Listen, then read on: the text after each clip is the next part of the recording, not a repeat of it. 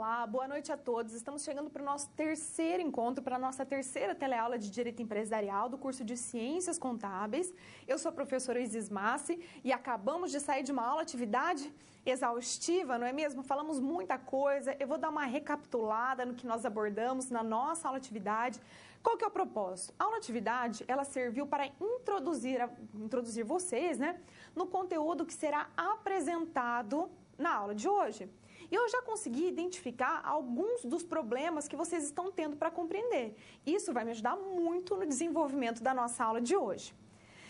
Antes, o que eu vou fazer com vocês? A gente vai lá fazer o procedimento normal, fazer a leitura com relação ao início das aulas, falar dos objetivos da aula de hoje. Vou fazer uma revisão da parte do nome empresarial, né, que na aula passada eu precisei dar uma acelerada. Porque hoje a gente vai voltar a trabalhar com eles com relação já às espécies societárias. Então, a gente vai fazer o link. E é muito importante que nós façamos isso. E também vou comentar o que já foi exposto lá na aula atividade com relação às questões que eu tinha colocado para vocês poderem mencionar para mim.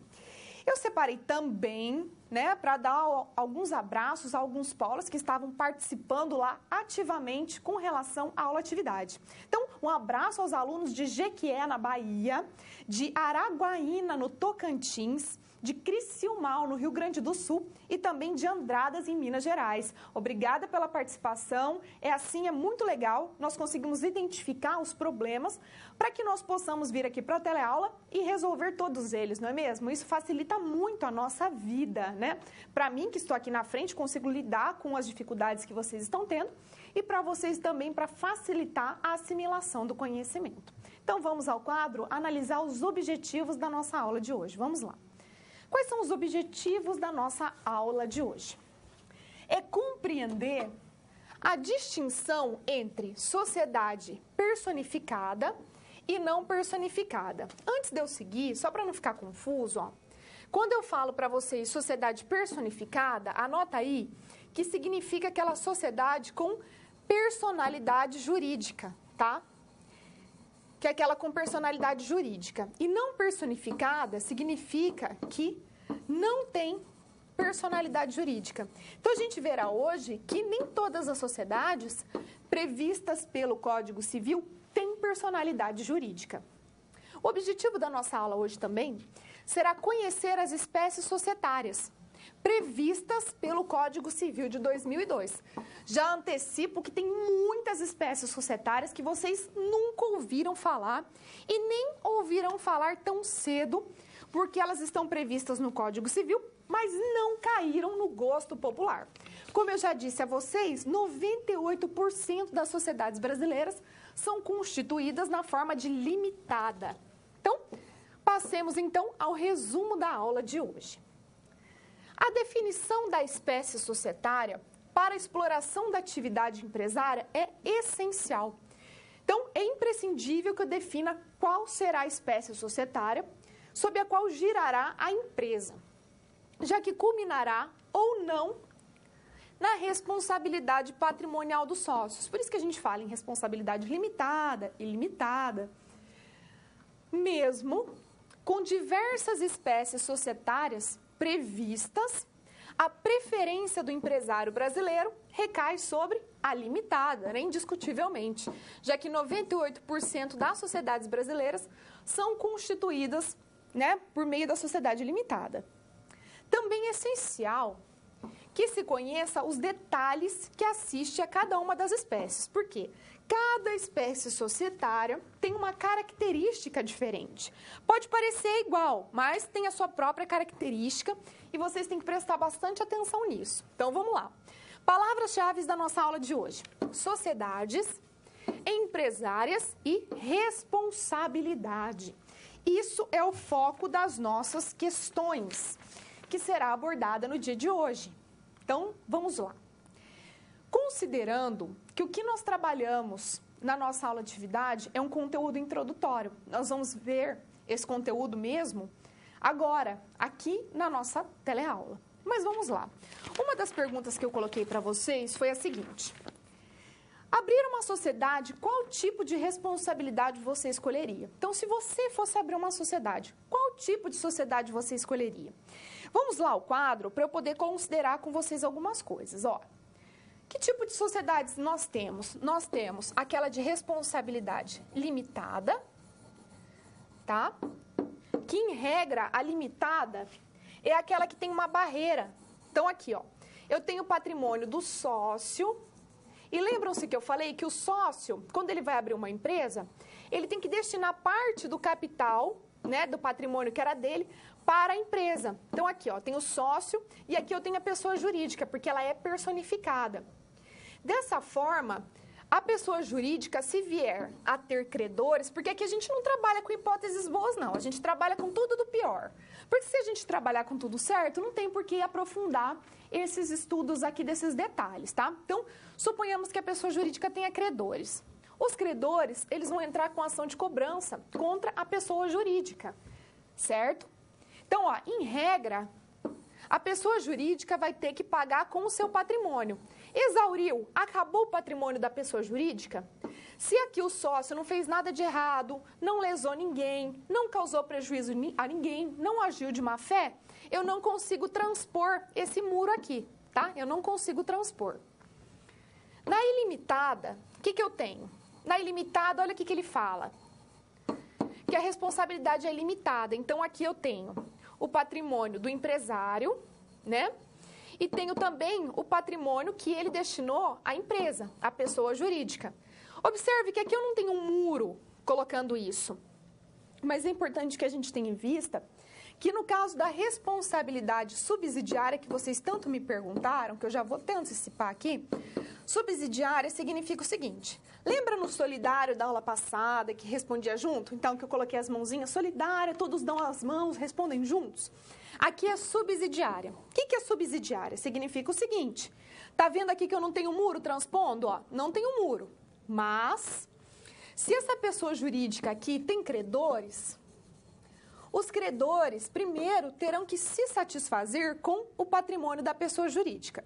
Então, vamos lá, ó. Exauriu. Acabou o patrimônio da pessoa jurídica. A pergunta que eu faço é, ainda tem dívidas?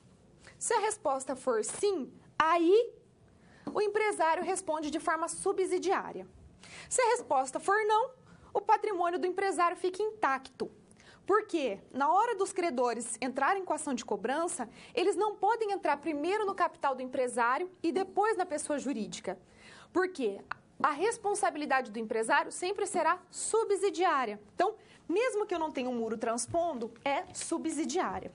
Podem ficar tranquilos que eu vou conseguir adentrar mais especificamente com relação a essas explicações. Eu só estou trazendo agora à tona para vocês já irem refletindo sobre essa questão. A segunda pergunta falava o seguinte, integralização.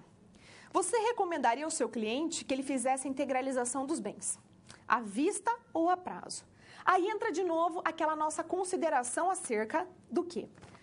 Da integralização. Então, o capital social, até que eu coloquei um exemplo lá que eu citei e expliquei, o capital social, né, suponhamos que seja de 100 mil reais.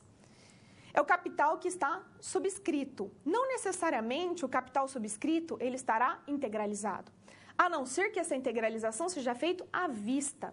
Então, se a integralização for à vista, eu tenho a integralização, então já passei todo o patrimônio do sócio para a empresa. Tá? A gente vai detalhar isso melhor durante a aula, fiquem tranquilos. E a terceira falava o seguinte, se um cliente for procurar você dizendo o seguinte, eu tenho um sócio, mas eu tenho um capital e meu sócio não tem. Meu sócio vai querer integralizar a parte dele do capital social em trabalho. Pode. A gente vai ter certeza hoje que não pode. Não pode integralizar o capital social com trabalho. Então, isso vai ficar muito claro para vocês, não se afobem, que vai ficar muito claro, vocês vão sair daqui hoje tirando isso de letra. Foi até bom que a gente já colocou isso na aula atividade para já aguçar a importância dessas questões e que durante a teleaula vocês vão ver como isso funciona e nunca mais vão esquecer, certo? Então, seguimos então, vamos ao quadro. Sociedades empresárias. Então, o que eu tenho aqui nas sociedades empresárias? Tem o seguinte, ó, a sociedade nada mais é do que um contrato. Que tipo de contrato? eu, sócio, né? Então, aqui, ó. Se eu tenho a sociedade, significa o seguinte, que eu tenho 2 ou mais pessoas. Essas 2 ou mais pessoas que integram a sociedade, elas querem o quê? Empreender, certo? Então, elas querem empreender. Se elas querem empreender, elas precisam saber como elas querem empreender. Quais são as regras que elas vão atribuir para essa sociedade? E isso vai ser estabelecido na forma do contrato social. Ok? Então, aqui vai estar todas as regras que eles querem. Tudo que estará pactuado entre os sócios estará no contrato social. O nascimento lá da sociedade dá-se com o registro, ou nome técnico, né? Arquivamento do seu ato constitutivo no órgão competente. Por que eu coloquei órgão competente? Porque nós já vimos que na sociedade simples, o órgão competente vai ser o cartório. Enquanto que no caso das empresas será o Registro Público de Empresas Mercantis, que é esse nome aqui que aparece no Código Civil, só que leia-se Junta Comercial. Voltando então, o que nós abordaremos agora? Eu falei um pouquinho da sociedade, né, para vocês, da classificação das sociedades em limitada, ilimitada, e temos uma que a gente vai ver que tem uma espécie societária que foi prevista pelo Código Civil, que chama sociedade em comandita simples e em comandita por ações, que eu tenho 2 tipos de sócios. Então, vamos ao quadro, vou explicar para vocês da forma mais clara, olha só. As sociedades, em regra, não tem exceção, tá? Elas sempre serão de responsabilidade limitada, de responsabilidade ilimitada ou então mista, tá? Pode ser mista sim. O que significa na limitada? Que a responsabilidade dos sócios para quem? A responsabilidade dos sócios para com os seus credores, tá? Porque a gente tem que pensar o quê? Em dívida. Então, a responsabilidade dos sócios para com os seus credores restringem-se às suas cotas ou às suas ações, se eu estiver me referindo a uma SA. Porque a SA, a Sociedade Anônima, também é de responsabilidade limitada. Isso que nós abordaremos. Então, ó, responsabilidade dos sócios restringe-se às suas cotas ou ações. Então, o que eu tenho aqui, ó? Eu tenho, novamente, a pessoa jurídica. E aqui eu tenho os sócios, que é o que a gente sempre fala, porque dificilmente vocês vão lidar com uma SA propriamente dita. Mas aqui eu vou colocar, ó, acionistas. Quando a gente fala em responsabilidade limitada, significa que eu tenho uma barreira. Os credores, eles terão que se satisfazer com o patrimônio dessa pessoa jurídica. Eles não podem ultrapassar essa barreira, tá? Essa é a regra. Já na responsabilidade ilimitada, os sócios respondem aos seus credores com seus bens pessoais. Ele responde com seus bens pessoais? Respondem. Só que você precisa fazer a seguinte anotação. Na responsabilidade ilimitada, mesmo eu tendo aqui o patrimônio do empresário e aqui eu tenho o patrimônio da pessoa jurídica, o empresário, ele só responde de forma subsidiária. Ou seja, o que é isso? Significa que, primeiro, os credores precisam acabar com todo o patrimônio da pessoa jurídica. Os credores acabando com o patrimônio da pessoa jurídica, a pergunta tem que ser feita assim: ainda tem dívidas? Se for sim, eu entro no patrimônio do empresário. Se for não, acabou. Não há que se falar em responsabilidade por parte do empresário. Já no caso da responsabilidade mista, significa que eu tenho um misto de responsabilidade limitada e ilimitada. Então, na mista, há sócios com responsabilidade limitada e outros com responsabilidade ilimitada, certo? Que são as chamadas comanditas simples e por ação. As regras a gente vai falando no decorrer da aula, tá? Então, o que acontece é o seguinte, essa é a introdução que vocês têm que ter em mente para a gente poder dar sequência na aula. Quando nós formos adentrando cada uma das espécies societárias, eu vou conseguir trazer para vocês as peculiaridades de cada uma, com relação à responsabilidade limitada, ilimitada. Vou explicar de novo, falar do nome empresarial, vou pegar um gancho nisso. Mas eu também preciso que vocês estejam ligados no fórum. Na semana passada, eu postei para vocês um fórum que fala sobre sociedade de pessoas e de capital. Espero que vocês tenham lido e participado, porque esse é o conteúdo do nosso próximo slide. Vamos lá, então. Sociedade de pessoas e de capital. Então, o que é uma sociedade de pessoas? Como está lá no fórum, está escrito, começa assim, ó. Uma sociedade de pessoas não significa que seja composta por pessoas. E uma sociedade de capital não significa que seja composta somente por capital, tá? O que tem a ver isso aqui? Coloca a seguinte analogia, ó. Sociedade de pessoas tem a ver com o quê? Com requisitos pessoais. De quem? Requisitos pessoais do sócio. Então, de pessoas tem a ver com requisito pessoal do sócio. E o que é isso? Significa que a qualidade dos sócios é relevante. Sim, é relevante por quê? Pensa só. Geralmente, quando a gente vai empreender, nós que somos pequenos, né, o que a gente faz? Ah, eu vou ser sócio do meu irmão porque eu já sei que ele é de boa índole, já sei que ele é honesto, que ele conhece da atividade, que ele tem a mesma gana que eu, a mesma coragem, nós somos determinados e vamos chegar lá. Essa característica do seu irmão foi essencial na hora de constituir a sociedade. Ou você fala, eu quero abrir uma loja de calçado, mas eu não tenho experiência nenhuma no comércio. Eu vou conversar com a Ana, porque a Ana é boa nisso. A Ana já trabalhou no comércio há muito tempo, ela tem desenvoltura, ela já trabalhou nesse ramo, ela conhece os fornecedores, vai conseguir um bom desconto. Então, nesse caso, a qualidade da Ana é relevante para essa sociedade. Ela que fez toda a diferença, né?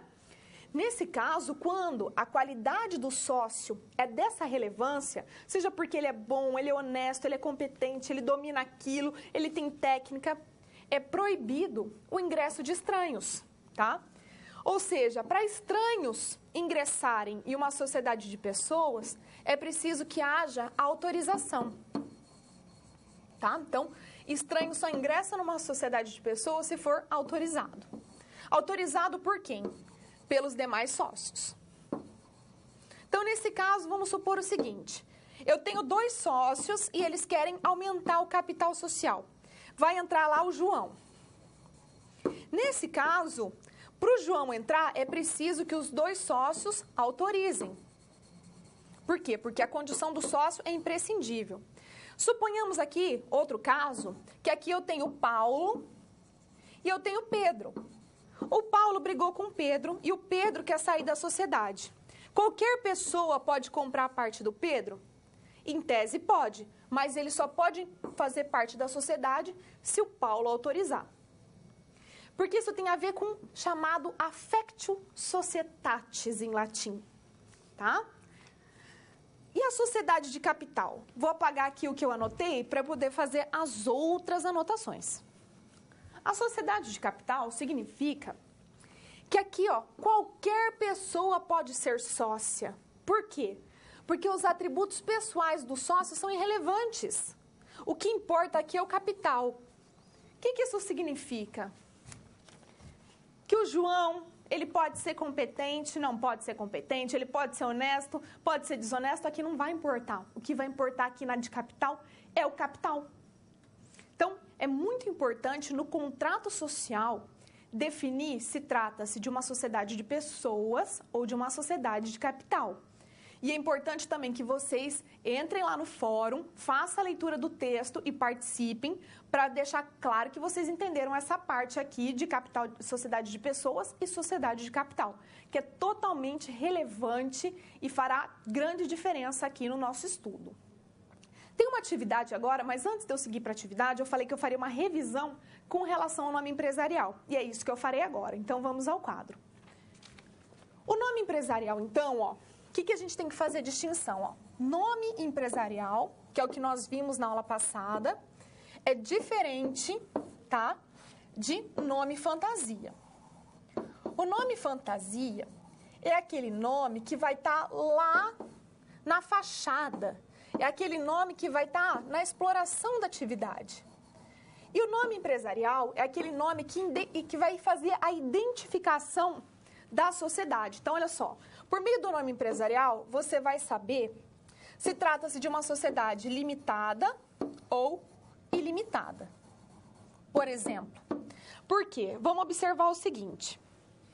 Se eu pegar o nome empresarial, eu vou conseguir distinguir se é uma sociedade limitada ou ilimitada só de bater o olho no nome. Só que eu tenho regras, e regras diferentes para a composição da firma e regras diferentes para a composição da chamada denominação. Como que isso funciona? Denominação. Como isso funciona? Ó, na firma, ela é utilizada, em regra, para aquela empresa individual. E a empresa individual, em regra, ela é ilimitada, tá? Então, a empresa individual é ilimitada. A denominação, eu vou utilizar ela para quem? Ó, a SA sempre vai ser denominação, mas eu vou poder utilizar numa limitada, vou poder utilizar numa Eireli, que são as mais comuns, tá? Depois a gente aprofunda isso. Então, o que significa na firma? A regra da firma é a utilização do nome civil do sócio. A regra é essa, nome civil do sócio. Qual é o exemplo que eu vou colocar para vocês? Ó, Pedro Silva, porque eu nunca posso abreviar o último sobrenome. Então, Pedro Silva. O objeto social que eu vou colocar aqui, objeto social, ele é facultativo, tá? Eu posso colocar ou não colocar, então facultativo. No nosso caso aqui eu vou colocar, ó, Pedro Silva, comércio de imóveis e ponto. Quando você bater o olho nesse nome, o que você vai saber? Que ele é uma responsabilidade ilimitada. Por quê? Olha aqui, eu não tenho tipo societário aqui atrás, certo? Mas, imagina o seguinte, o Paulo Silva, ele não quer mais ser um empresário individual, ele quer constituir a sua sociedade agora na forma de Eireli. Como ficaria, então? Ele poderia constituir assim, ó, Paulo Silva. No caso da denominação, o objeto social é regra, tá? Então, regra, comércio de imóveis. E aí eu vou colocar o que aqui no final, ó? Eireli. Bati o olho, o que eu sei? Que é uma Eireli. Que é uma empresa individual de responsabilidade limitada. A denominação, ela pode ser composta, então, como eu coloquei aqui no caso do Paulo Silva, que ela pode ser composta por nome civil ou por nome chamado de fantasia, que é aquele que você inventa. Como que é o fantasia, por exemplo? Ó, algodão doce, indústria e comércio de doces limitada. Ó, fica dessa forma. Suponhamos, no outro caso aqui, que o Paulo Silva, ele tem um outro sócio, mas eu não quero mencionar o nome do sócio aqui. Eu coloco Paulo Silva e companhia. E esse companhia aqui, ó, ele pode vir abreviado também, ele pode vir só como CIA, que está nos exemplos que eu coloquei para vocês na aula passada, tá? Então, a gente vai voltar nesse assunto, eu vou postar um fórum sobre essa questão do nome empresarial, colocando todas as regras, mas voltem na aula passada, assista o final da aula, pega os exemplos que eu mencionei, tá? É bom que vocês tenham isso muito claro na cabeça de vocês acerca da composição do nome empresarial, certo? Então, foi só um feedback para voltar, porque a partir de agora, depois da atividade, a gente vai começar já a lidar com as espécies societárias propriamente ditas. Mas antes, eu quero saber se vocês estão entendendo o conteúdo até agora proposto. Vamos ao quadro, então. Marivaldo resolveu abrir uma sociedade com seu amigo Paulo. Então, ó, amigo Paulo, que sempre foi de sua inteira confiança. E também trabalhava como design de calçados. Diante do caso narrado, podemos afirmar que trata-se de uma sociedade de pessoas ou de capital. Eu vou dar 2 minutos para que vocês participem e não esqueçam de justificar a resposta de vocês, tá? Então, sociedade de pessoas ou de capital, sejam ágeis, rápidos. Coloca a resposta para mim para eu poder fazer a leitura, né, de quem acertou e mandar um abraço para o seu polo.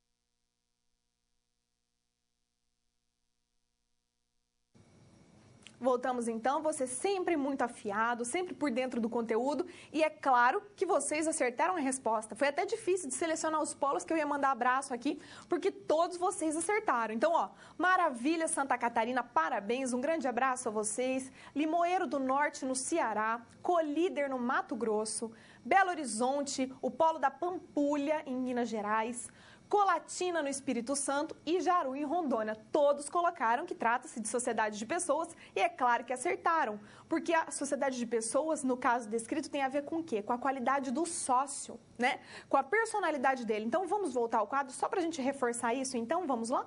Então, olha aqui, ó.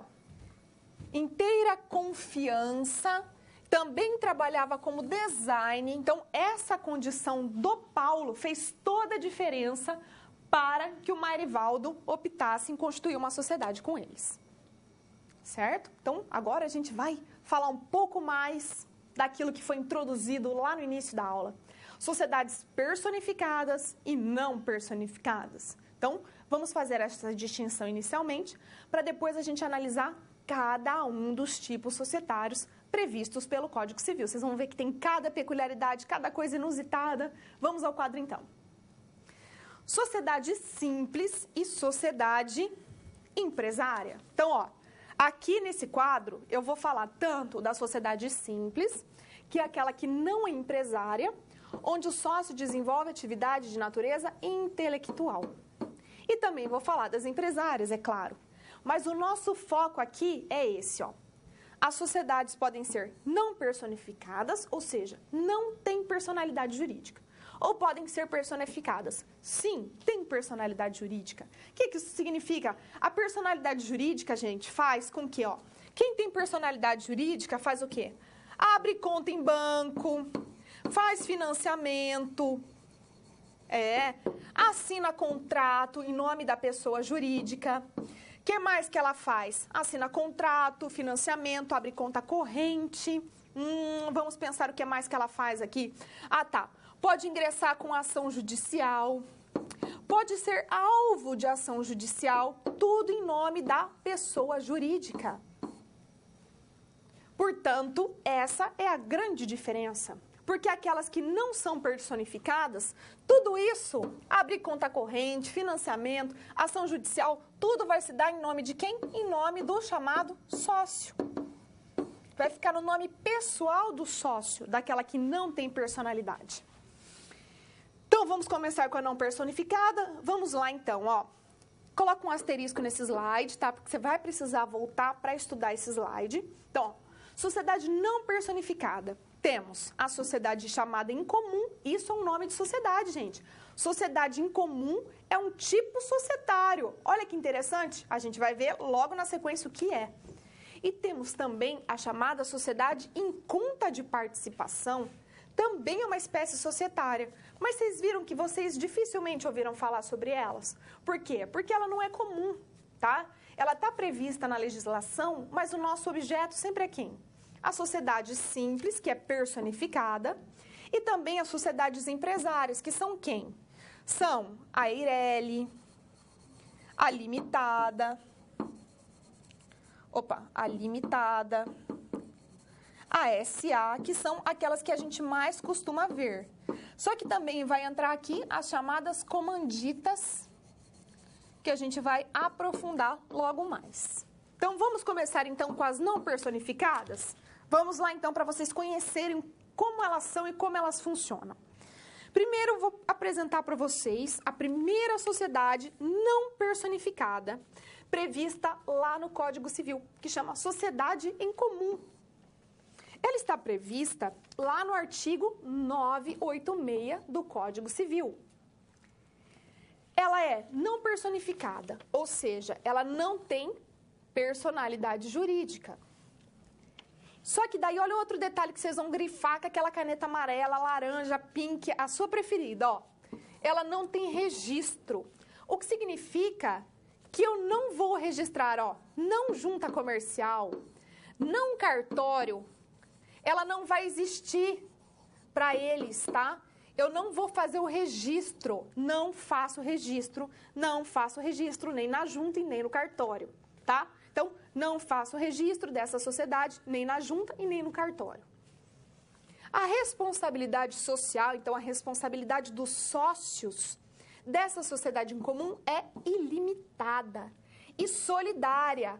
Ou seja, se eu tenho 5 sócios, não importa quanto cada um deu. Ó, vamos pensar o seguinte, se o sócio A deu 20%, o B deu 10%, o C deu os outros 20% e o D deu 50%, sabe quanto que eles respondem no fim das contas? O A, o B, o C e o D vão responder no fim das contas por 100%, tá? Isso é solidária e ilimitada. Todos estão de mãos dadas pelo 100%. Exemplo, grupo de consórcios e pessoas que se reúnem para construir moradias. Antigamente isso era mais comum, tá? Até o advento das construtoras fazerem financiamentos bancários. Como que se dava isso, tá? Vou só ilustrar aqui, ó. Tem um caso, pessoal, que ficou muito comum, muito famoso, depois da quebra, né, da falência de uma construtora bem antiga, que a gente tinha no Brasil inteiro, edifícios da chamada construtora Incol. A maioria dos prédios ficaram inacabados, tá? Constrói a ideia comigo para vocês entenderem isso aqui. Constrói a ideia comigo. Construtora Incol veio à falência.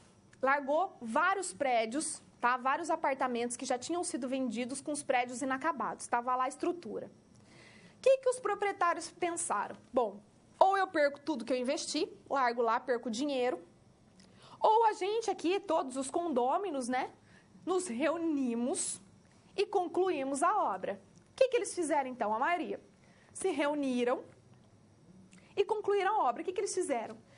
Calcularam quanto isso iria custar, uma pessoa ficou responsável, angariou o dinheiro de todo mundo, foi lá na pessoa física dele, eu, Isis, vou lá, compro material de construção no meu nome, contrato o pedreiro no meu nome, faço todos os contratos, edifico toda a obra no meu nome. Só que eu estou numa sociedade em comum. Por quê? Todos ali estão em comum para concluir esse empreendimento. Só que como ele não é registrado em lugar nenhum, ele não tem personalidade. Se ele não tem personalidade, quem que vai realizar os atos? O sócio, aquele que aparece, eu, Isis. Não todos, um só.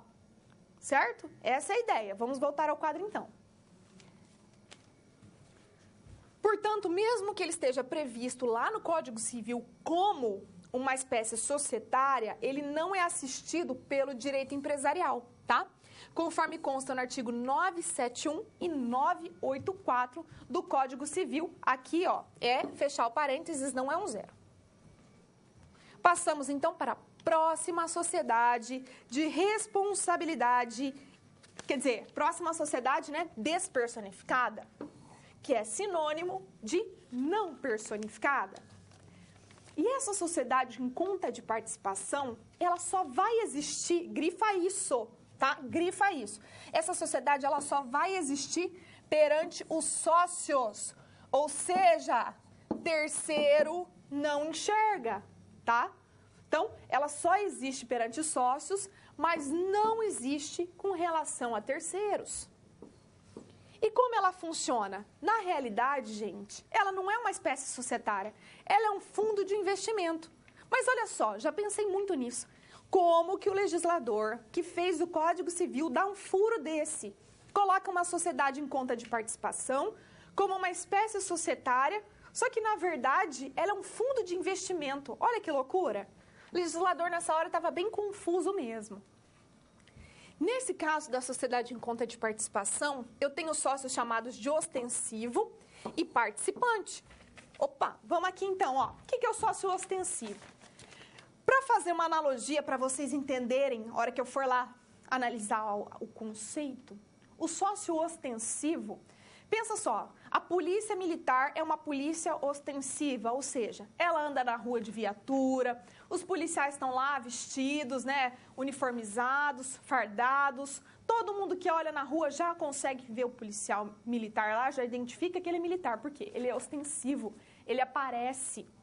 Diferente do policial civil, que ele passa pela rua e você não identifica, por quê? Porque ele é civil, ele não é ostensivo, ele não é para ser visto, ele não está lá andando, circulando. Essa é a ideia aqui, então. Vamos lá para o sócio ostensivo. Desculpe. O sócio ostensivo, então, é aquele que aparece, tá? Então, sócio ostensivo é aquele que aparece na relação com terceiros. Ele vai contrair financiamento, vai contrair, fazer aquisições, tudo no nome dele. Ele que vai aparecer.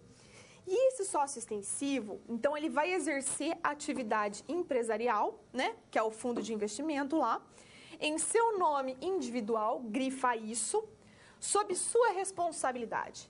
E por que em seu nome individual? Simples, porque não tem personalidade jurídica. Ah, então a flechinha aqui para indicar. Já o sócio oculto, o que é o oculto? O oculto é aquele que não aparece. E se é um fundo de investimento, o sócio oculto, ele não vai aparecer. Ele vai ser somente um investidor. Ele não aparece e não se obriga perante terceiros. Por quê? Porque o terceiro não enxerga ele. O terceiro não enxerga o oculto. O terceiro não enxerga o oculto. O terceiro vai enxergar quem? Só o ostensivo, que é aquele que aparece e contrai todas as dívidas, os deveres, todos em nome dele mesmo, no seu nome civil. Certo? Então, preparei uma outra atividade agora para verificar se vocês estão compreendendo as sociedades não personificadas. Então, vamos ao quadro, acompanhe comigo. De acordo com o que você acabou de ver sobre a sociedade em conta de participação, você diria que ela titulariza nome empresarial? Então, ó, volta lá para o conceito da sociedade em conta de participação e diz para mim se ela tem nome empresarial, tá? Não esqueça de justificar. E assim que eu retornar dos 2 minutos de pausa, eu já vou ter selecionado alguns polos que eu vou mandar um abraço, claro, se tiver acertado a resposta. Vamos lá então, vou parar 2 minutos para que vocês possam participar mandando aqui se você entende que a sociedade lá, em conta de participação, ela tem nome empresarial ou não.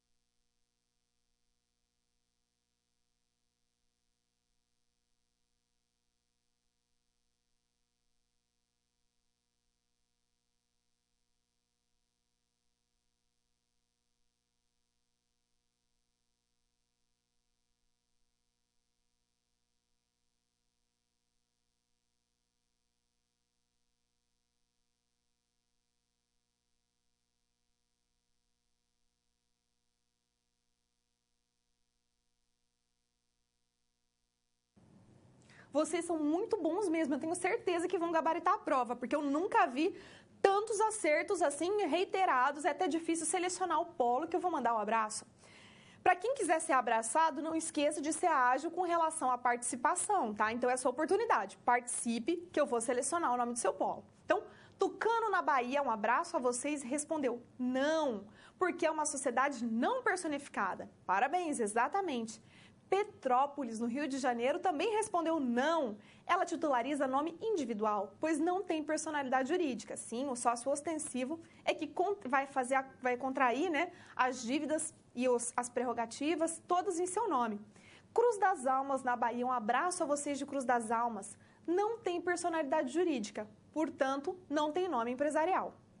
Essa é a ideia, pessoal. Chapecó, Santa Catarina. Um abraço a vocês de Chapecó. Não, ela não possui nome empresarial. É utilizado o nome do sócio. Ótimo! Parabéns, vocês estão afiadíssimos. E isso é muito importante. Então, a gente consegue agora dar o próximo passo, iniciar os tipos societários da sociedade com personalidade jurídica. Vamos lá, então. Sociedade simples. Então, a sociedade simples, a gente já sabe que é aquela sociedade, né? Então, sociedade destinada a profissional que desempenha atividade de natureza intelectual. Seja ela de natureza científica, literária ou artística, como abordamos na primeira teleaula. Como vocês estavam naquele dia, né, preocupados com as provas, eu recomendo que vocês voltem e assistam a nossa primeira teleaula. Como eu já disse, o foco ela não é assistida pelo direito empresarial, porque o direito empresarial tem por foco as sociedades empresárias, e não é o caso da sociedade simples. A sociedade simples, apesar de receber esse nome, ela pode ser optante do simples, Porque o Simples Nacional, então o Simples Nacional, o que eu me refiro aqui, é um regime tributário. E para quem quer saber mais sobre o Simples, eu não vou responder na aula de hoje, porque eu estou preparando um seminário para vocês, justamente que vai falar sobre o Simples Nacional, tá? A sociedade simples não se sujeita à lei de falência, tá? Por quê? Porque ela não é empresária e somente sociedade empresária se sujeita à lei de falências. Em regra, a sociedade simples é ilimitada. Então, se você faz o contrato social de uma sociedade simples e fica quietinho, escreve lá, ó, Pedro Silva, não sei o que lá, e coloca ME, por exemplo, microempresa, que você pode ser optante do Simples. Nesse caso, ele vai ter responsabilidade o quê? Ilimitada, porque eu não coloquei a especificação. Entretanto, eu quero que vocês anotem aí para poder dar uma olhada mais minuciosa, o artigo, anota aí para vocês olharem, tá? O artigo 983 do Código Civil diz que é possível que uma sociedade simples determine que a responsabilidade seja limitada, ou seja, na hora de redigir lá o nome da sociedade simples, vai ser inserido que trata-se de uma sociedade limitada, por exemplo, tá? Então, se você colocar essa regra, você poderá ter uma sociedade simples limitada. Agora sim, vou adentrar nas sociedades empresárias, que é o nosso foco, com todas as espécies previstas pelo Código Civil de 2002. Quem quiser saber mais, é só ir lá, entrar, colocar até no Google Código Civil e já vai aparecer o Código Civil de 2002. Você vai baixar lá a partir do artigo 966, vai ter todas as espécies societárias para você poder analisar cada uma delas. Então, vamos ao quadro, vamos lá. Sociedade chamada de em nome coletivo. Vocês já ouviram falar nessa sociedade em nome coletivo? Aposto que não. Mas ela é uma sociedade empresária. E olha só, nesse caso, o que eu tenho? Todos os sócios respondem de forma ilimitada e solidária. Nesse caso, eu tenho aquela mesma situação, ó. Eu tenho o sócio A, eu tenho o sócio B e tenho o sócio C, tá? O sócio A, B e C, eles respondem todos juntos por 100% da sociedade. Não importa quanto cada um deu. Por quê? Porque a responsabilidade deles é solidária. Eles estão de mãozinhas dadas. Eles estão juntas nessa, tá? E solidária. Então, ilimitada e solidária. Não tem limite. Entra no patrimônio pessoal deles. Só que observa isso aqui. Os sócios, eles podem, grifa a palavra podem, limitar a responsabilidade entre si, tá? Então, pode colocar aqui, ó, por exemplo, essa é a regra. Se não colocar nada no contrato social, significa que o A, o B e o C vão responder de forma solidária e ilimitada, todos juntos. Mas é possível que eles coloquem assim, ó, o A e o B, tá? Responderão por 50%, enquanto o C responderá pelos outros 50%. Se eles colocarem isso no contrato social, essa regra não se aplica, tá? Se colocarem isso no contrato social, a solidariedade só se perfaz com relação ao sócio A e B, por exemplo. O C responde com 50%. Grifa aí também, ó. Possui personalidade jurídica e é uma sociedade de pessoas. Se é uma sociedade de pessoas, significa que a condição pessoal do sócio é relevante. E se só pode adotar firma, significa também que eu só vou poder ter o que aqui, ó? Para eu compor o nome empresarial, eu preciso que tenha o nome do sócio, tá? Então, para eu ter um nome empresarial, é preciso que seja composto pelo nome do sócio, que pode ser por extenso ou abreviado. Se for abreviado, nunca posso abreviar o último sobrenome. Só lembrando dessa regra. Esse tipo societário, ele não tem regra própria. Portanto, ele vai ter que seguir a regra da sociedade simples. Vou só limpar aqui porque eu preciso fazer uma anotação. Então, ó, eu vou colocar aqui para vocês como ficaria o nome empresarial fictício que eu vou inventar nesse momento. Então, seria assim, ó. P. Silva, Paulo Silva e J. João Nascimento. Comércio de imóveis. O que eu coloco agora, então? Sociedade em nome coletivo. Eu não coloco Eireli nem limitada, porque aqui eu estou me referindo à sociedade em nome coletivo. Então, se eu bater o olho nesse nome empresarial, eu vou saber o quê? Que trata-se de uma sociedade em nome coletivo e, portanto, eu sei que os sócios respondem, em regra, de forma ilimitada e solidária. Passando, então, vou falar da sociedade em comandita simples. Para facilitar aqui para vocês entenderem, pensa só, não tem uma bolacha bem gostosa que a gente compra no supermercado, que ela tem até um formato diferente? Ela tem uma casquinha de wafer por fora e por dentro ela tem aquele chocolatinho. Sabe aquela bolacha? A Mandita? Não estou fazendo propaganda, não. É só para a gente lembrar do nome dela. Então, comandita, lembra da Mandita, que ela tem uma regra específica, tá? Então, vamos ao quadro, então, para a gente analisar essa sociedade em comandita simples, que você vai lembrar da Mandita.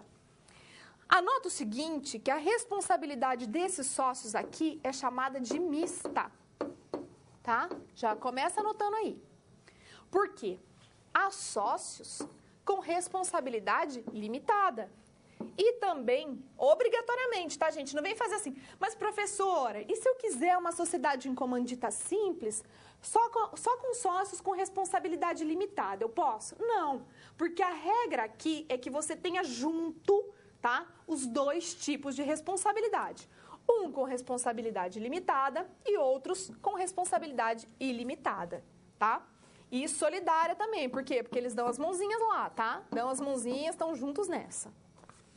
Portanto, o nome que eu dou, ó, sócios comanditados e comanditários. Como que eu vou lembrar? Ó, o comanditado são pessoas físicas com responsabilidade ilimitada e solidária. E ele entra com capital, com trabalho e administra. Como que eu sei quem que é o comanditado, quem que é o comanditário? Eu sei por quê, ó. Porque, em regra, o comanditado, o nome dele vai ser utilizado para compor o nome empresarial. Compor nome empresarial. Então, em regra, o comanditário, ele vai dar o nome para compor o nome empresarial. Tá? Então, a responsabilidade dele, grifa aí, é ilimitada e solidária. Ele responde com seu patrimônio pessoal, solidariamente a pessoa jurídica, tá? E ele só pode ser pessoa física. Já o comanditário são pessoas físicas ou jurídicas. A responsabilidade dele é limitada e ele não participa da gestão da sociedade. Ó, que eu vou utilizar para vocês uma analogia. A analogia, tá, gente? Só para facilitar aqui a compreensão. Vamos pensar o seguinte, ó. Eu tenho o sócio que eu chamei para vocês de comanditário, não tem? Pega esse sócio que eu chamei para vocês de comanditário e coloca para vocês entenderem com aquele sócio não, com o chamado locatário. Opa, desculpa. Deixa eu apagar aqui. Opa, mudei tudo aqui, gente. Peraí, me atrapalhei. Então, eu quero que vocês coloquem o comanditário, que ele vai ser parecido com o locador do imóvel, tá? O locador do imóvel, pensa bem, ele locou o imóvel, desculpa, o locador do imóvel, gente, eu já me confundi tudo aqui. O comanditado é esse aqui, comanditado, e esse aqui é o comanditário, e o locatário. Pronto? Fácil agora, locatário. O que eu tenho aqui? Eu tenho a primeira situação, que ele aqui é como se fosse o dono do imóvel. Se ele é o dono do imóvel, significa que se ele quiser reformar, ele pode. Se ele quiser demolir, ele pode. Ele pode fazer tudo. Por isso, a responsabilidade dele é ilimitada. Se eu falo desse comanditário aqui, ele é como se fosse o locatário. Significa o seguinte. Significa que para ele fazer uma pintura, ele tem que pedir autorização, certo? Para ele fazer uma reforma, ele tem que pedir autorização, significa que ele não tem autonomia. Se ele não tem autonomia, significa o seguinte, que a responsabilidade dele como que é? Limitada. Ele não tem autonomia, a responsabilidade dele é limitada, tem limite. Então, vamos fazer essa analogia só para a gente poder entender essa questão aqui.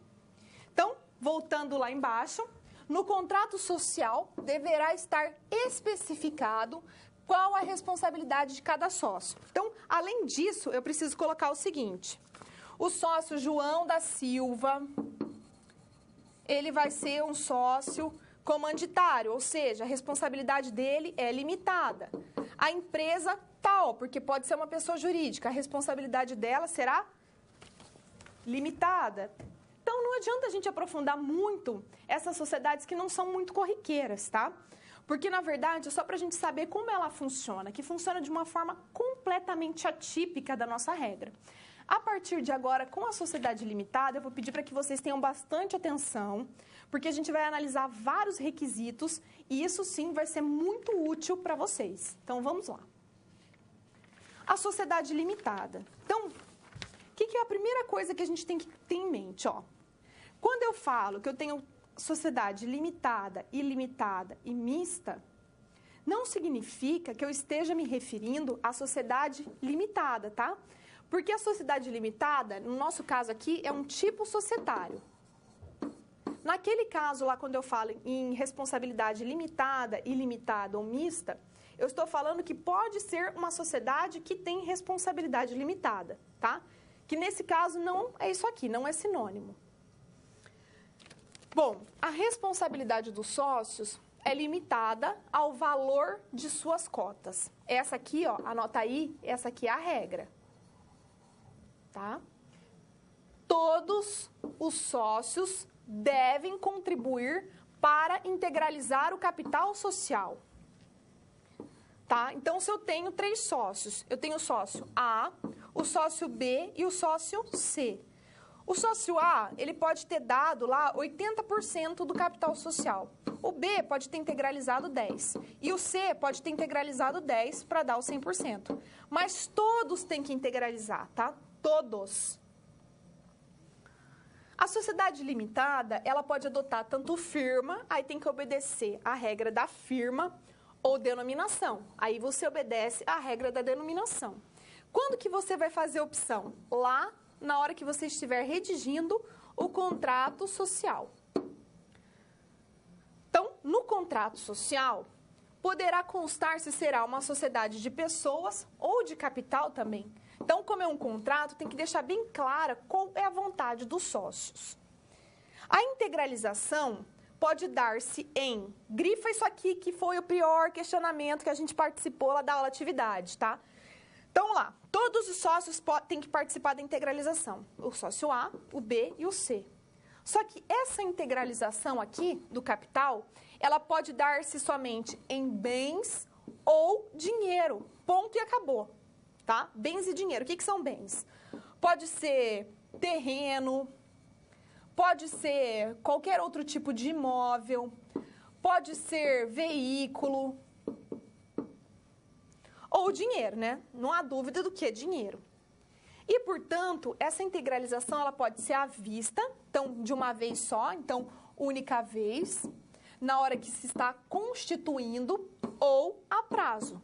Aí você define em contrato social como será essa integralização a prazo. Tá? Observe essa tabela que eu coloquei para vocês aí. Observaram? A gente vai utilizar essa tabela para entender a seguinte distinção. Com ela, eu vou colocar para vocês o seguinte: capital social, tá? Integralizado e subscrito. Qual é a diferença? E qual a diferença que a integralização total ou não vai implicar, tá? Então, vamos ao quadro. Do capital social, da sociedade limitada. Então, aqui eu tenho 4 sócios. Acompanha comigo aqui o raciocínio, ó. Sócio A, sócio B, sócio C e sócio D. O sócio A, lá no contrato social, subscreveu que integraria 30% das cotas, tá? Então, sócio A subscreveu no contrato social que integralizaria 30 cotas. O sócio B, lá no contrato social, subscreveu que integralizaria 40. O C, por sua vez, 20. E o D, 10, que totalizamos 100. Isso aqui é o subscrito, tá? Na hora da integralização, o que aconteceu? O A integralizou os seus 30 à vista. O B subscreveu 40, mas só integralizou 20. Ou seja, ainda falta 20. O C subscreveu lá no contrato social que ele integralizaria 20. Mas até agora, ó, não integralizou é nada. E o D comprometeu-se a integralizar 10 e até o momento ele integralizou os 10. Então, à vista. Ou seja, eu tenho quanto integralizado aqui? Eu tenho 60 cotas integralizadas. Faltam quanto ainda? Falta 40, tá? Qual é a regra aqui? A regra é o seguinte, a regra lá de trás que eu falei para vocês, volta no slide anterior, ele fala assim, ó. Responsabilidade dos sócios é limitada ao valor de suas cotas. Sim. Aí você complementa e coloca assim, ó. Desde que esteja integralizada. Então, vamos lá, ó. Vou voltar com vocês no anterior. E eu vou limpar aqui para vocês anotarem comigo, ó.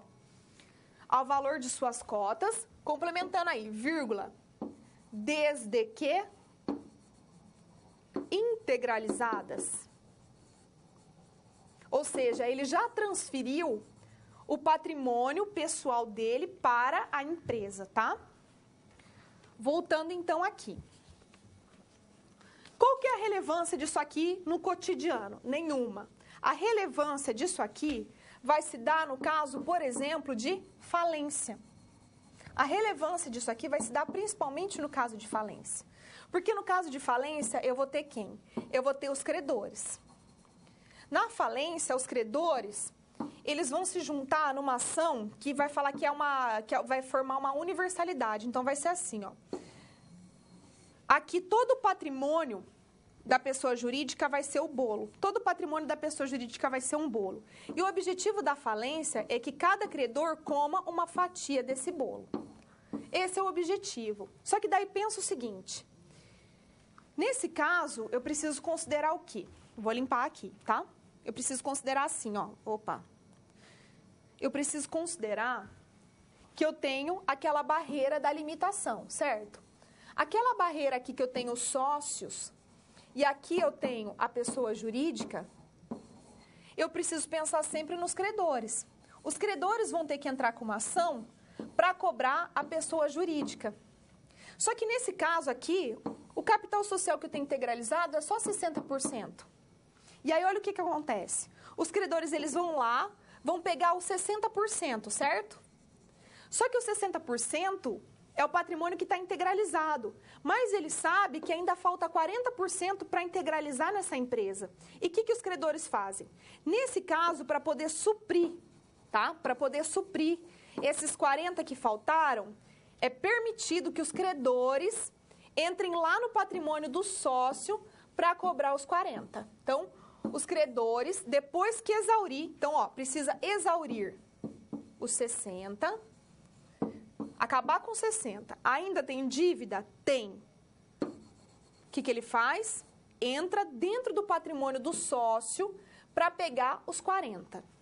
Tá? Então, ele entra dentro do patrimônio do sócio para pegar os 40.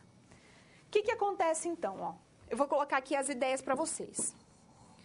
O que eu tenho aqui? Ele integralizou 100, eu tenho os credores. Os credores pegaram os 60 que tinha aqui, certo? Pegou os 60 que tinha aqui? Tem dívida ainda? A resposta é sim. O que ele pode fazer, então? Ele pode entrar no patrimônio dos sócios para pegar os 40 restantes. Só que ele fala o seguinte, que a responsabilidade dos 40 restantes é solidária. Ou seja, para pegar esses 40 que faltam, não importa que o A já integralizou tudo. Não importa que o D integralizou tudo. Por quê? Porque é solidária entre o A, o B, o C e o D. Significa que todos eles vão ter que ser responsáveis pelos 40. Tá? todos eles são responsáveis pelos 40 judicialmente. E eles vão ter que dar um jeito de pagar esses 40. Assim que pegar os 40 que faltavam, não há que se falar em adentrar no patrimônio pessoal do sócio, tá? Então, eu só posso entrar no patrimônio pessoal do sócio, para pegar esses 40. Peguei os 40 que faltava integralizar? Peguei. Não há que se falar em pegar qualquer outra quantia do patrimônio pessoal do sócio. Por quê? Porque é limitada. Eu tenho uma limitação com relação a isso. Então, considerações. Vamos voltar ao quadro. Caso a sociedade tenha dívidas que excedam o capital integralizado, tá? Que foi isso que eu coloquei para vocês agora. Então, excedeu 60% que estava integralizado? Excedeu. Só que eu ainda tinha 40% para integralizar. Os sócios, então, são solidariamente responsáveis pelo capital ainda não integralizado. Então, o sócio A, o sócio B, o C e o D são todos eles responsáveis na mesma proporção pelos 40 restantes.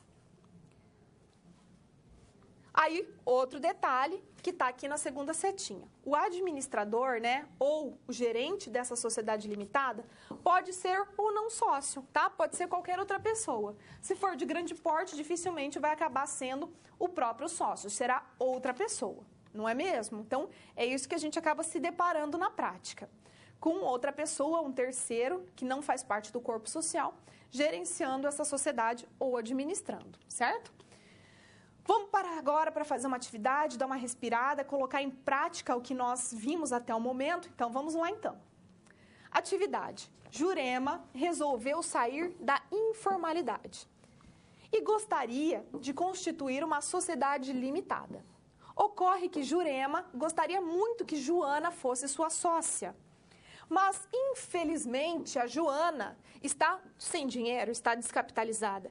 É possível que ela integralize em trabalho? Essa aqui vocês vão ter que responder com o pé nas costas para mim, hein? Tem que responder rápido, com o pé nas costas, que a gente já está batendo isso lá desde a aula atividade. Por isso, eu vou parar 2 minutos para que vocês participem, coloquem a sua contribuição e para que eu possa retornar, então, mandando os abraços de praxe para os polos participantes.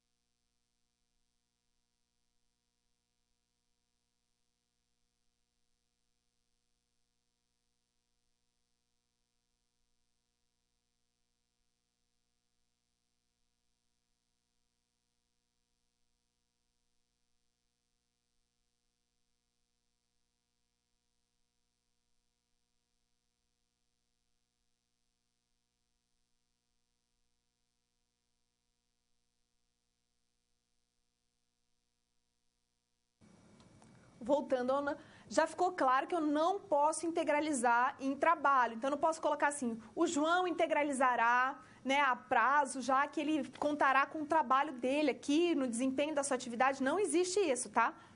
Só posso integralizar em bens ou dinheiro, assim como as respostas aqui dos polos que eu selecionei mencionaram. Então, se abra na Bahia, um abraço a vocês colocarem não, pois apenas em bens ou dinheiro.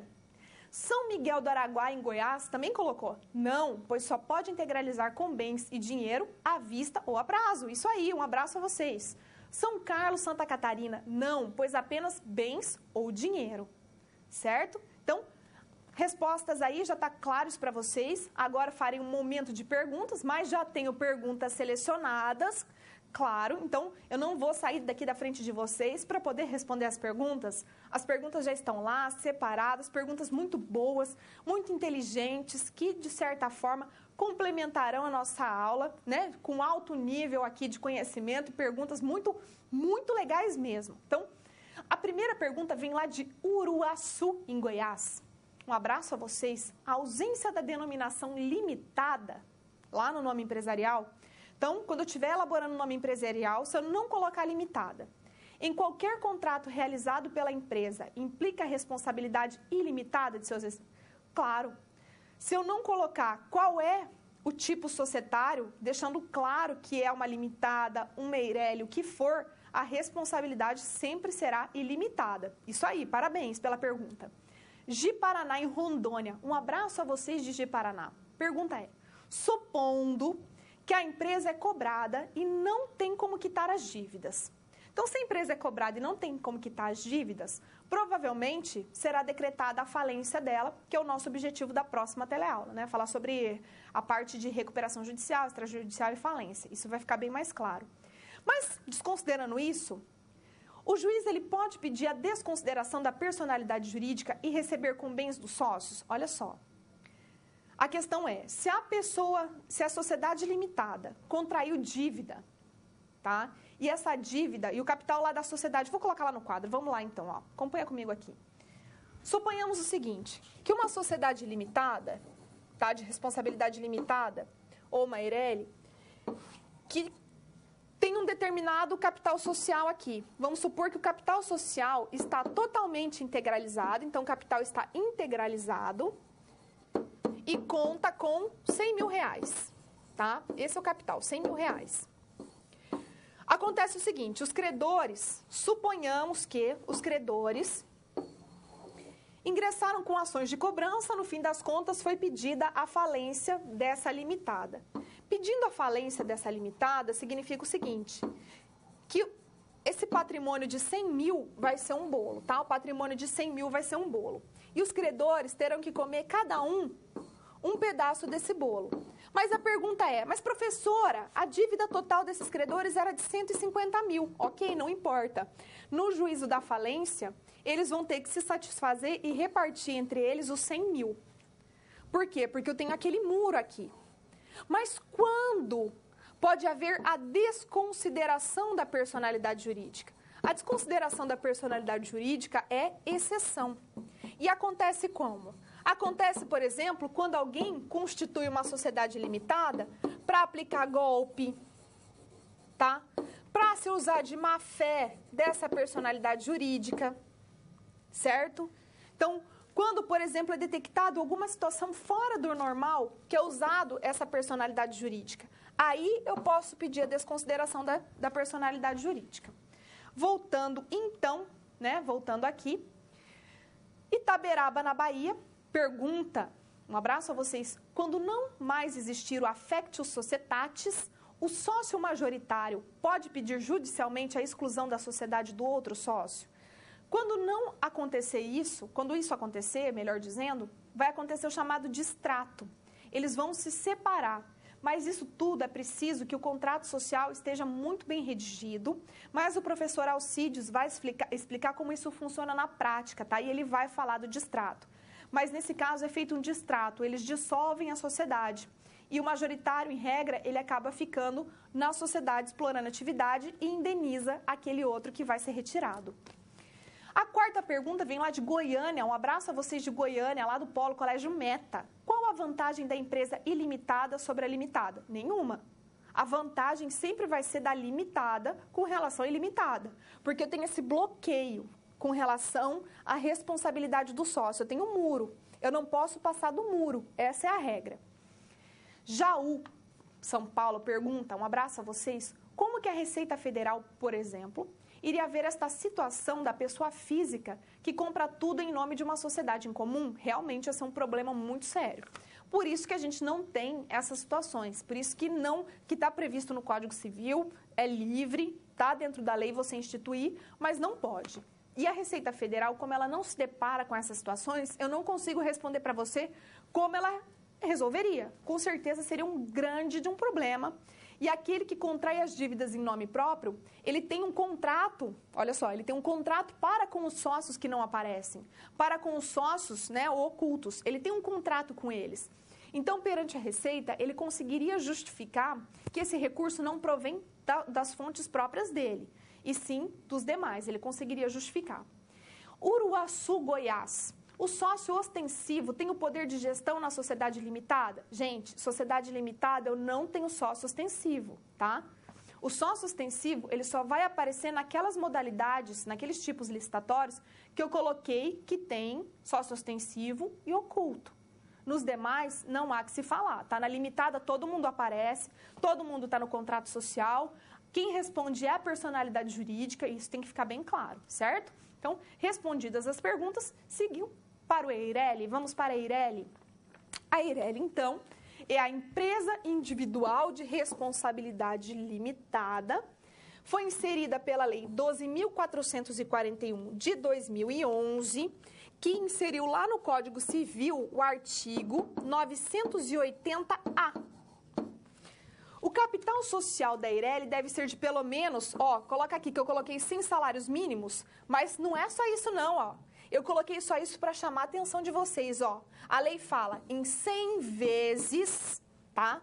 Isso aqui é para chamar a atenção de vocês. Não é qualquer salário mínimo, é 100 vezes o maior salário mínimo vigente no país, que, se eu não me engano, salvo engano, o maior salário mínimo vigente no país hoje é o do Paraná. Então, teria que pegar o valor que está sendo pago, multiplicar por 100, e aí o que acontece é o seguinte: as cotas devem estar totalmente integralizadas na Constituição. No caso da EIRELI, então, o que eu faço? Como eu tenho um sócio, esse sócio que subscrever, por exemplo, um capital de 100 mil reais, ele vai ter que integralizar esse capital que ele subscreveu à vista. Tem que integralizar à vista. Aí a pergunta que você deve estar fazendo é o seguinte: professora, e se o sujeito não tem um patrimônio de 100 vezes o maior salário mínimo vigente? Infelizmente, ele vai ter que constituir uma empresa individual. Ele não vai poder ser uma EIRELI. Então, se o único sócio da EIRELI for pessoa física, ele não poderá participar de outra sociedade unipessoal, só pluripessoal ou de sociedade de tipo diverso. Vou limpar aqui para poder exemplificar isso para vocês, então. Ó. O que está me dizendo aqui? A Paula Matos, comércio de vestuário, EIRELI, ela está de vento em popa. A empresa dela está crescendo muito. E ela falou, quero abrir outra EIRELI. Ela pode abrir outra EIRELI? Não pode abrir outra EIRELI. E se ela quiser ficar com essa EIRELI, arrumar um sócio e abrir uma limitada? Aí ela pode? Aí ela pode. Aí tá ok. Certo? Passando então, vou seguir e com um vídeo que vai falar justamente sobre a EIRELI, a Empresa Individual de Responsabilidade Limitada, com uma matéria referente à sua Constituição, certo? Então, vamos acompanhar o vídeo comigo. Uma boa notícia para os empreendedores. Está mais simples abrir uma empresa sozinho. A repórter Camila Bonfim explica por quê. Mestre de obras, seu Luiz Gonzaga quer se tornar empresário. Todo mundo não pode estacionar, tem que querer crescer, né?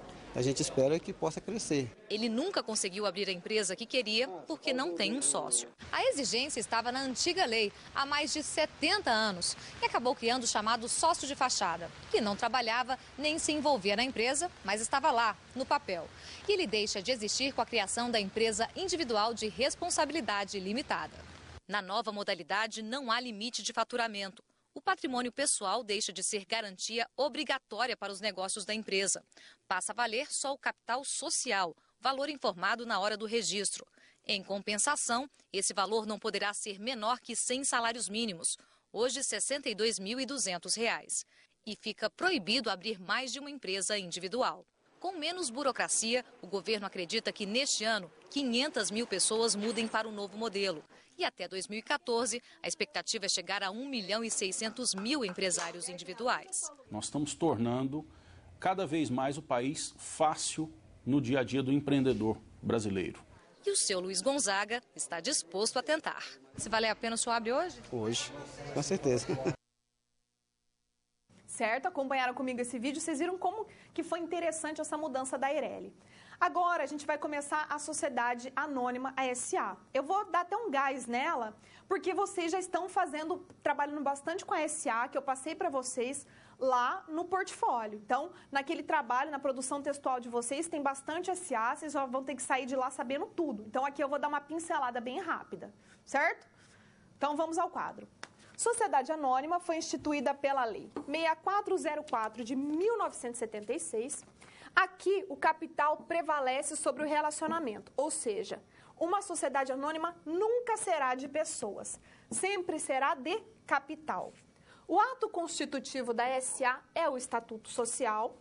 Também pode ser chamada de companhia. Então, como a gente viu lá na composição do nome empresarial, se o termo companhia vier no início do nome empresarial ou no final, mesmo que na forma de CIA, que é a abreviatura, você tem que saber que trata-se de uma sociedade anônima.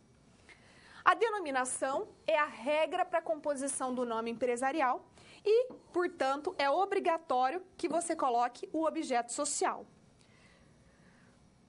Uma SA pode ser de capital aberto ou de capital fechado, tá? Então, vamos lá.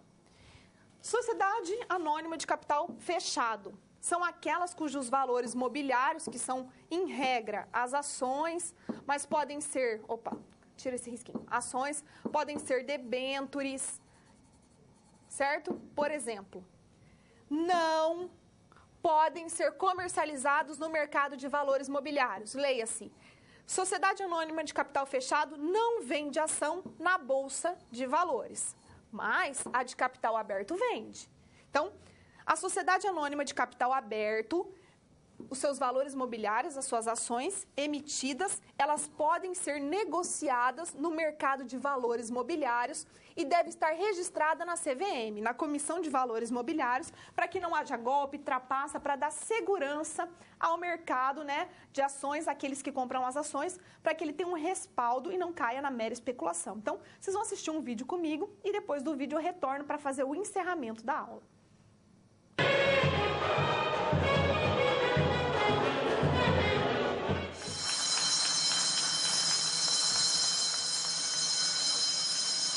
Cris, por que as empresas fazem essa festa toda quando elas entram para a Bolsa? Oi, Priscila. Realmente é um momento histórico na vida da companhia.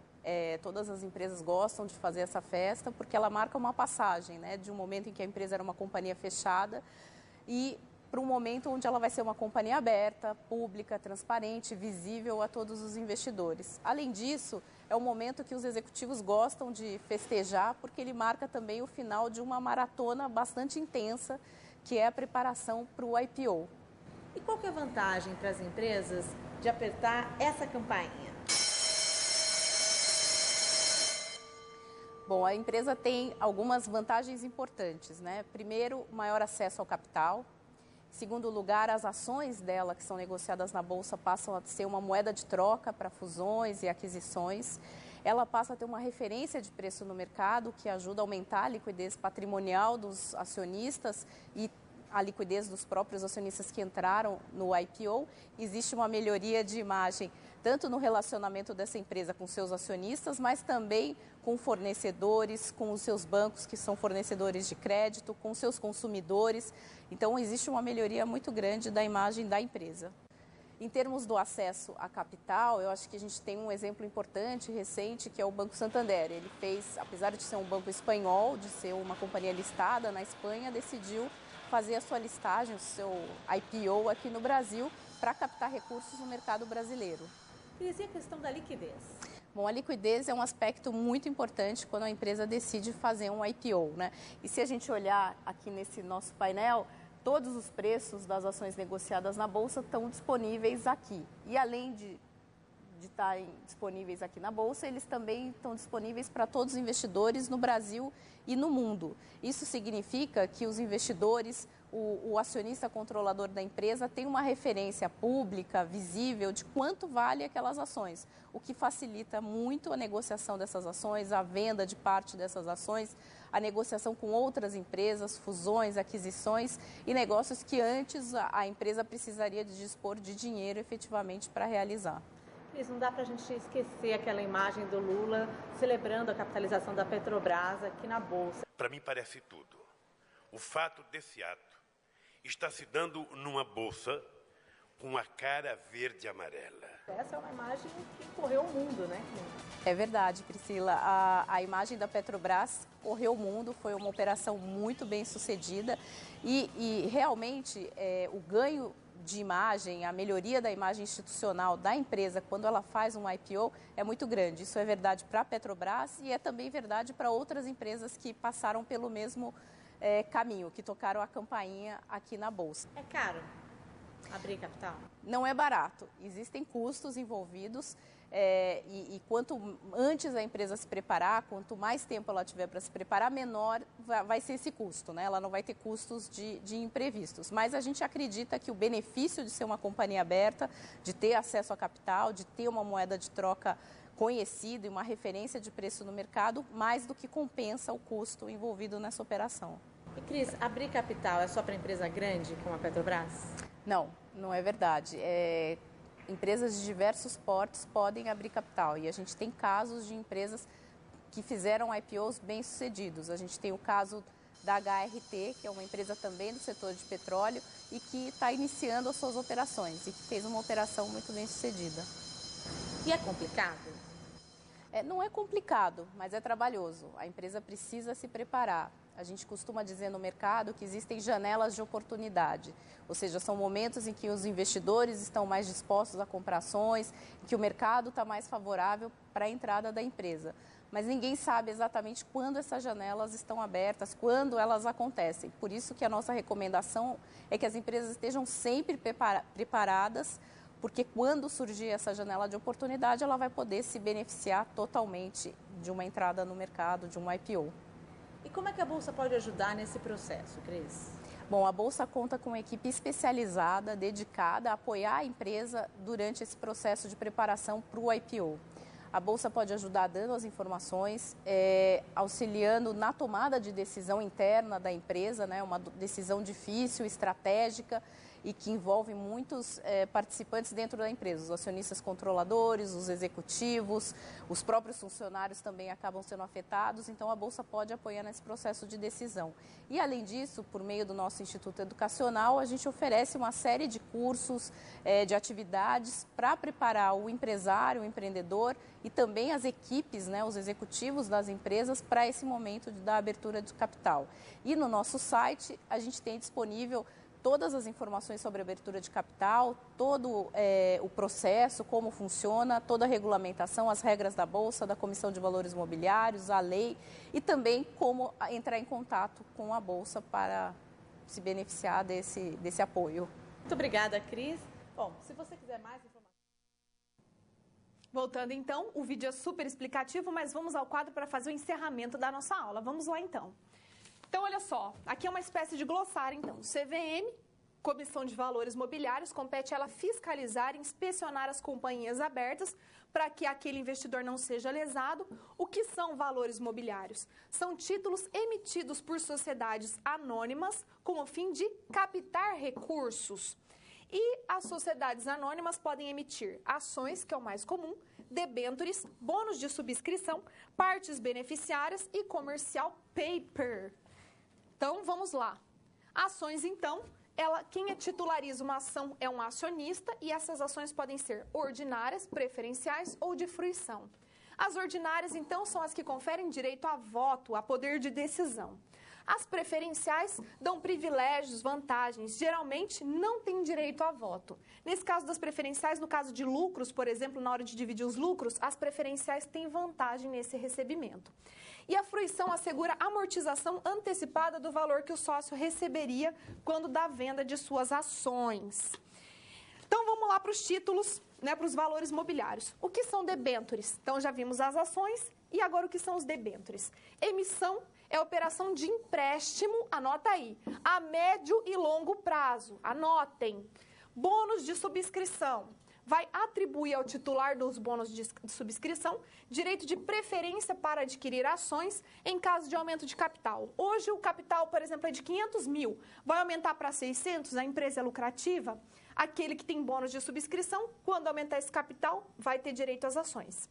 Partes beneficiárias vai conferir direito à participação nos lucros anuais, isso é muito comum. E commercial paper é um empréstimo a curto prazo. Na aula que vem, eu vou dar uma puxada de novo com relação ao que nós falamos agora, mas eu espero que vocês já saibam de tudo isso, porque foi pedido para vocês fazerem lá na produção textual que vocês vão entregar, certo? Então, foi ótimo me encontrar com vocês hoje para o nosso terceiro encontro. Um grande abraço, ótima semana a todos vocês.